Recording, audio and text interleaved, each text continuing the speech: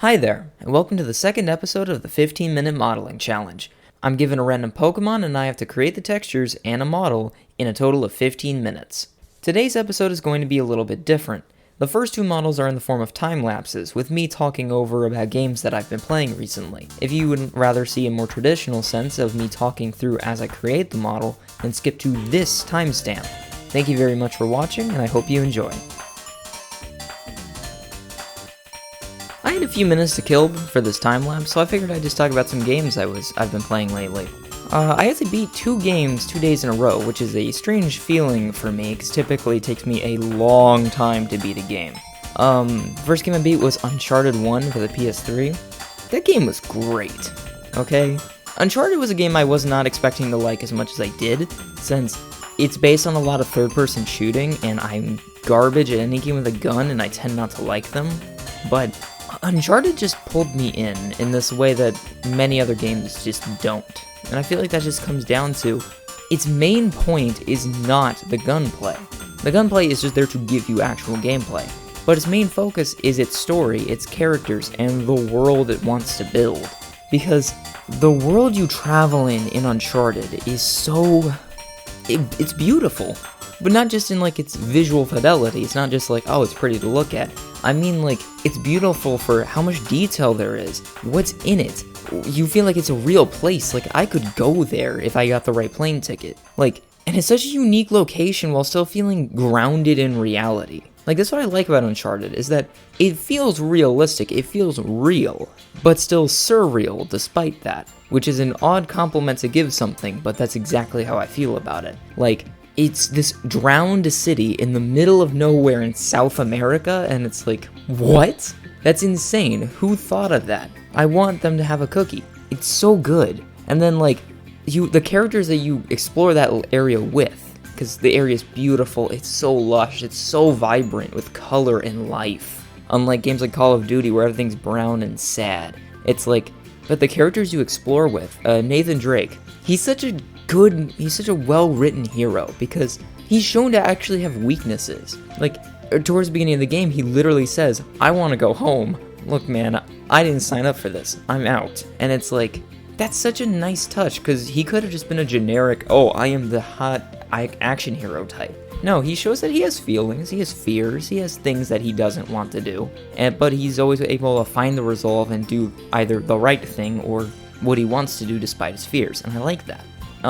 Elena started out as a very boring character to me. I didn't like her at first, but man, oh man, did she improve over time. And like, she begins loosening up, she begins joking around and like really getting into the action, and you begin to like her so much more. And what I like about her too is that she's a powerful female, but that's not like the entire point of her character, you know what I mean? Like, she's strong, she's cool, but that's not all she is. She shows that she, again, like Nathan Drake, has feelings. She has things that she's scared of or doesn't want to do. She's human. She's not just a stereotype, she's a person. And I like that. Like, she could kick my ass, but then she would probably say sorry afterwards or something, and I like that. That's nice. And then Sully's a great character. He doesn't get much screen time, but I wish he did. He's such a jerk, but in like the best way. He's just an old fart who just wants the treasure. But he's not annoying, he's just kind of funny. Like, his interactions with Nathan Drake, how they'll kind of like bounce off each other so well. They'll, you know, tease each other, they'll crack a few jokes here and there. But they always know that they'll have each other's back, and I just really like that. And the story itself, it's not complicated, it's not insane, it's very much like the world down to earth. Until the end. The end of Uncharted 1 is my only problem with the game, because I'm not going to spoil it, but compared to the rest of it, which is so down to earth and grounded with what it wanted to be, the ending completely changes what the game was going for, and not in a bad way. Like, the ending is good. It's just so radically different than what came before it, to the point where I don't like it as much. Like, when the ending started happening, I was like, what's happening? What happened here? It went completely in an opposite direction than what I expected, and I mean, that's good, and it still was explained well. It was just a weird twist. Yeah, I did really like Uncharted 1, though. I can totally see why it's considered such a PS3 classic, you know? But I don't see myself playing it again, but I do want to play Uncharted 2 and 3. I already own Uncharted 3, I just have to Rent 2 from my library. Speaking of other games, though, I beat Ori and the Blind Forest the next day. Ori and the Blind Forest is a fucking masterpiece, and I'm tired of pretending like it isn't. It is amazing. Again, it has such a luscious, vibrant world. Its story is very simple, but the characters, and this is what's interesting, the characters say basically nothing. There is basically no dialogue in the whole game, yet they have so much life, so much personality. You care about them. The game gives you, like, a heartbreaking thing with no dialogue. Like, it makes you want to cry, or at the very least, like, tugs at your heartstrings a good chunk, and it's like, how did they do that with no words? It's a masterclass of show don't tell. It's a masterclass of storytelling. The music, like, I don't remember much of Uncharted soundtrack. Actually, I don't remember any of it outside of the main theme. But Ori and the Blind Forest's music, it's ambient for the most part, but those more iconic tracks, when it gets to the intense moments, oh yeah, it's real good. I can't hum it because I suck at humming orchestral music, but it's beautiful. It's so good. And that extends to the game. First of all, it's gorgeous. It's such a perfect blend of 2D and 3D graphics. Like, the way that 2D characters look 3D and 3D models look like they're 2D paintings is astounding to me. That's such a cool blend. And then everything's so fluid. Everything's so beautiful. There's so many little flourishes, so many little details in the background that just make you fascinated by it. Like, you want to walk into those backgrounds and see every little thing that this world has to offer you. It is that good. And then the way the game plays is so good. It's so good! Like, okay, this is my first Metroidvania I've ever played. I've played a lot of 2D platformers, and Ori and the Blind Forest is so good. Your movement speed is very nice. Your jump arc, perfect for what it needs to be. And your double jump, it's not OP, but it's reliable enough to get to where you need to go. But what makes it truly special to me is Ori's moveset is introduced so well, slowly over time. But what's even better about it is less of what it actually has in it, but more of what it allows you to do. Because each ability is very obvious when you need to use it, but what's nice about them is that you can use them in ways that you wouldn't even expect or would have thought of. Like, I remember early on in the game when you get the bash ability, which allows you basically to ping pong off of enemies. There were these monkeys that were jumping really high, and I was like, I bashed off of them, wall jumped up a wall, and then bashed off of one again to get onto a tree and collect a collectible. And then later on I got the super high jump, and I was like, oh, that's probably the power they wanted me to use for that, but I didn't have to, because I'm a good player, and that was so good. And I played this game on normal mode. I played Uncharted on easy, but I played Ori on normal mode, and despite that, the game still knocked me around a good bit. Like, I'm pretty sure I died like almost 300 times, and I almost 100%ed the game. Like, I'm pretty sure the lowest percentage I got in any one area was like 95% complete. And there's so many collectibles, there's so much to do, there's so much to find there, and it's just fun to run around and just explore. And there's also so many like quality of life things. There's so many ways that it makes it easy for you to do that. It makes Ori and the Blind Forest one of the greatest games I've ever played. Like, the second I beat it, I wanted to beat it all over again. I wanted to play it again, all the way through. Uncharted, as great as that game is, the second I beat it, I was like, yep, I'm done with it. I don't see myself going back. It was great, but I don't see myself replaying it. Ori and the Blind Forest, I could beat that game for breakfast. It was so good. Yeah, that's basically all I had to talk about with the games I've been playing. I just needed to do this segment because when making these models, I didn't talk about anything. I was basically dead silent throughout most of it, so I needed something to fill the time. Thank you very much for listening, and back to your regularly scheduled program. Alright, we're back in the random Pokemon generator. We have everything on the table. Let's see what we have. Okay. This is fine. I'll be honest. Okay, I don't want to do Bruxish. Bruxish has way too many colors. Way too many. Even if I were just to do solid colors, there are so many patterns on it that it just wouldn't look good. Turtwig, I feel like I do Turtwig, but I feel like it's too easy. But Tranquil, I have never done a bird before, and I feel like I could do Tranquil, so we're gonna try Tranquil. 3, 2, 1, go. Alright, so we're gonna get... Okay, this is interesting on the offset. Immediately, I'm going to get this color and fill that in. I see. The background. Alright. Because what I know what I'm gonna need to do is get this, make it black and white, and we're gonna get a line going. Yeah, that's gonna be horribly off-center, but that's fine. So long as it resembles it, it's gonna be fine. Wow, that just looks like a Pokeball. That's actually kind of funny. I still want it to look pissed. Okay, it's just gonna look mildly disappointed. Ooh. Okay, this eye is turning out okay. If we copy and paste this color into the eye, and we also need to get black into the pupil, because otherwise it's just gonna look weird. I should have just colored that in with a bigger brush. That would have been smart. Oh, that's too big. Still too big. 14. I really want to speedrun making this, so that way I don't have to deal with, I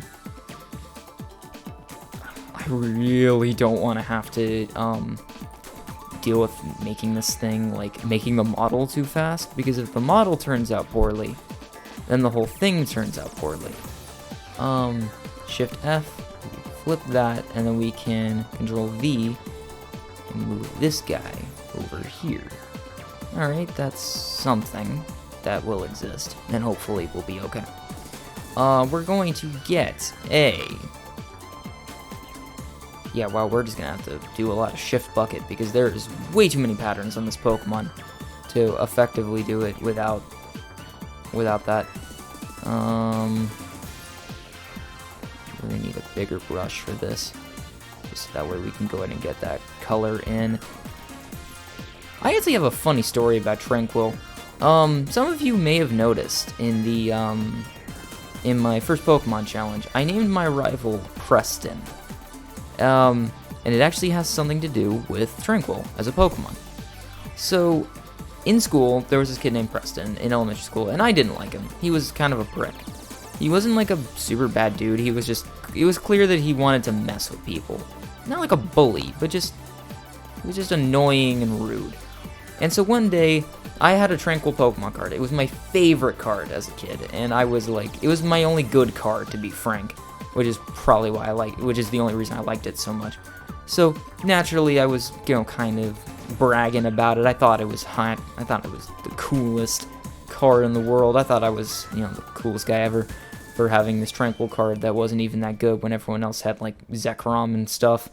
But, I thought I was super cool. So, Preston one day decides, hey, man, I'm just gonna trick you. But he didn't tell me that. He was just like, okay, I'll strike you a deal, kid. You give me your Tranquil card, and I'll give you this amazing card, but I'm not gonna tell you what it is. It's literally Scam Artist 101. Like, it is the most obvious scam. And I still fell for it as a child. I gave him my best card, and all he gave me was this, and I still have it to this very day. He gave me this Bellsprout that its only attack that it's capable of doing damages it each and every turn. So, like, yeah, I was livid back then. I was so mad. But, like, the rule of the playground still held true. No trade backs. You take backs. You can't just ask for your card back. No. So I fell victim to semantics. And, man, I gotta tell you, I was so mad. And from that day forth, Preston was my mortal enemy. I mean, like, he was fine. I didn't despise him, but I kind of kept a strange rivalry with him.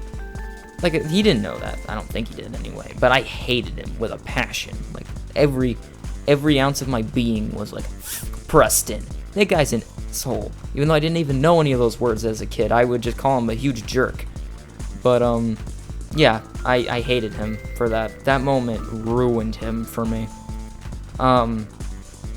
So yeah, I hated that kid named Preston, and so in that original Pokemon challenge, I named my rival Preston, and to this day, if there's a character that I can name that I can insult, I call them Preston, because I'm still mad about that. I'm not, like, fuming like I was as a child, but, like, I'm still mad about it, you know? Like, I got swindled, like, by the most obvious trick. Like, everyone I've ever told the story to, and honestly, probably most of you in the comments are gonna be like, yeah, how did you fall for that? That's so obvious. And I was like, look, man, I was like 7. What did you expect from me? I wasn't a scam artist. I thought people played fair. How wrong I was. I'm aware of that now. But like, man, I was mad. And honestly, people told me it's kind of childish to keep that memory. But I mean, come on. Can you blame me for being just a tiny bit pissed? I don't think so. I think I deserve to be. I get to be pissed about that. Oh, let's focus on just general shapes for now with this model, because I'm clearly not doing too well with it. I'm trying to replicate the success I had with Jolteon, but it's just not working. It would work better if the body actually did the things I wanted it to do. It's honestly looking more like a Meganium than anything else, which is sad, frankly. So, yeah, let's just see if... How am I gonna do this thing? You know what? I'm just gonna have to... Once again, I just need to just accept that I'm gonna have to wing all of these models. That, like, all of these models are going to be bad, and I just have to accept that and move on. Stop trying to make them look nice and just go. Because 15 minutes is nothing for a time budget. You know what? I'm just gonna do the same thing I did with Jolteon, because, again, time, and we're just going to move this part out. If I scale the foot, like, scale it this way, like wider, it'll look better. Oh, this doesn't even look like a... I mean, it looks like a bird, but it looks more like a duck. If I was doing ducklet, maybe I could get away with that, but no, this is Tranquil, like, the best part of the P-Dove line, and I'm butchering it. Oh, this is bad. Alright. Oh, and the head is too big. This is a disaster. I should have just capped it off. I fixed Masquerain, and I got cocky, and I flew too close to the sun. Alright. I can still salvage this, I think.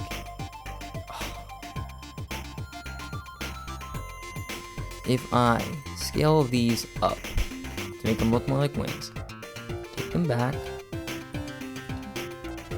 and then just take this one out. Okay, those look more like bug wings than anything else. And maybe if I don't know, scale this one down. Oh, I don't know what to do with this one. I'm confused and scared. Yeah, you know what? Let's just focus on finishing this, because this is gonna be a bad model. That's just something that's gonna be the truth. I shouldn't have done this one. I should have just, quit while I was ahead, while I was still a winner, but I didn't. Don't get cocky, kids. You end up paying for it in embarrassing and sad ways.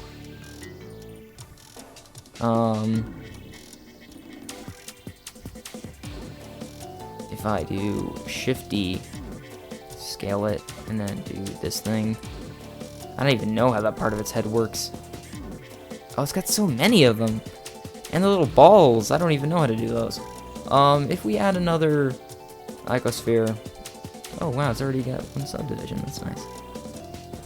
And then if we just scale it like this, and then we just put it around its neck, that's alright, yeah, I can see that. Oh, we have 5 minutes. 5 minutes, and we're not even close to done.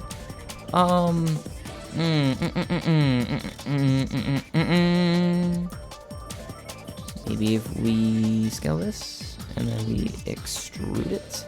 Oh. Oh, we have a thing. We have a thing here, everyone.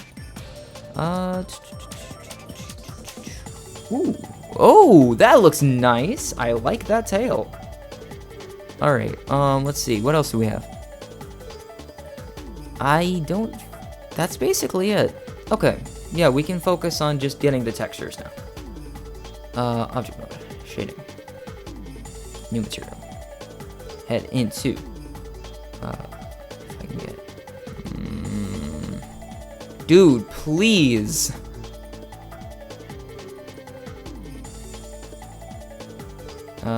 Tranquil. So yeah, that's my backstory with Tranquil. That I hate a kid named Preston. And that's why Tranquil is a Pokemon that I don't particularly like. I mean, I haven't used a Tranquil since like my first playthrough of Gen 5. I've barely used this thing. But man, I still have a strong connection to it just because of that experience. Tranquil taught me not to get scammed. And I've been scammed multiple times since. If I just take this, scale it down, maybe scale it up just a tad, so that way you get some color variation in there. Yeah, that can look nice. I shouldn't have done this tail texture. I should have just left it as it was instead, because it really didn't need it, is the thing. It doesn't need to be all fancy, it just needed to be there, but I had to make it look nice.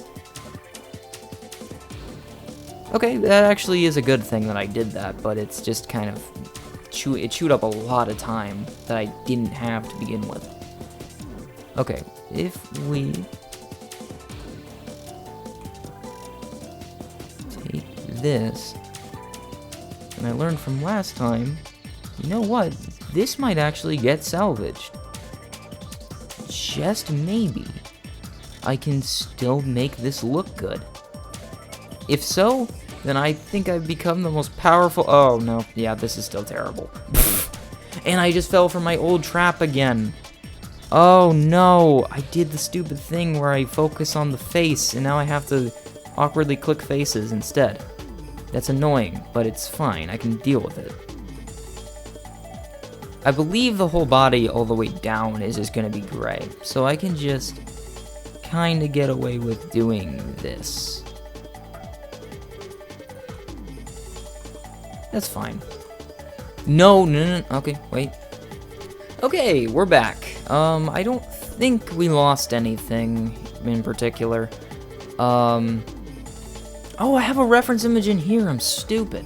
Okay, let's try this again. Alright, 3, 2, 1, go. We are going to take both wings, and we are just going to texture them the exact same way, because I don't really think I'm going to have time to do anything nice with them. So we are just going to rotate them slightly, scale them down, and just put them there, because oh, there's no time. There's no time for this. I'm going to assume, just for the sake of this, because I don't remember what Tranquil's back sprite looks like, that its entire body, alright, all the way down the back, is black. Just so that way, not only can this be simplified, but also so that way I can just, oh, that looks okay. Also, I need to make, what? It doesn't look black down there, but okay, whatever. It's fine, I don't care. Alright, we need to make the legs that weird pink color that pigeons have for some reason. I've always wondered that, why do they have that, but whatever. Oh, you know what, that actually looks like a bird. I'm okay with this. Is there anything else I can do in 30 seconds? Maybe, just maybe, I can actually get a modicum of design on these wings if I put that there and move these parts down. Ooh, hoo, hoo, that was a good idea. Maybe I can get lucky again. No, I can't. No, I can't. Anything else I can do in that span of time? I don't see anything. Can I take this down just a tad more? wasn't too much. I'm gonna put that back to where it was. Okay, we ran out of time. Let's see what we have in object mode. You know what? This model started so poorly. But in the end, I think it's one of the best ones. And it's only 126 tries. That believably, if we compare the official art to the model, right? Okay, well, it's the wrong way around, first of all. But if we compare it to the model, let's say if I rotate this thing to be facing kind of a similar angle to what the official art is doing. Of course, it's not the same, absolutely not, and I missed some stuff, like the little area down here. This is kind of, a lot of this is the wrong color. But man, that actually looks convincing enough. I'm really proud of the beak. I wasn't positive how the beak was going to turn out. The head spike is wrong. The head spike is very wrong. That didn't turn out right. But the wings, they actually look like wings. The body and the head actually turned out really nice. Like, that looks like a bird shape. The legs are fine. Like, everything here, and the tail was, I nailed that. The only thing I would have done with it is move it, like, a little bit, just so that way it's a little more straight, like, on the body, because it looks weird like that. But outside of that, this looks like the model. I wish that I had gotten a thicker outline for the eyes, so that way they stick out more. But the eye actual texture looks correct enough. Like, that's fine. That looks like Tranquil. Let me try and fix the little head tuft. If I can just...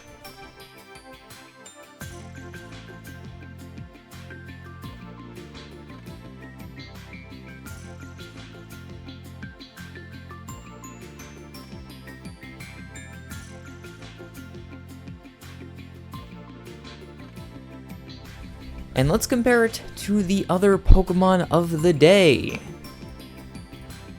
We have Jolteon, and Masquerain, and Tranquil. Altogether, these three models only have 416 tries. Altogether. That is nothing.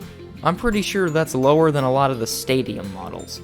I guarantee you that, like, the model of Jolteon here I actually think the model of Jolteon here could have been used for, like, a level of detail one. You know how the old games will have, like, a lower poly version of the same character that they use in, like, you know, for when the character's far away from the camera or something?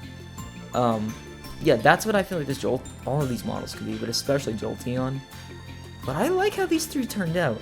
Masquerain was really bad at the start. Masquerain was a disaster at the beginning. Jolteon, from the start, actually turned out pretty alright. Masquerain, I nailed the model.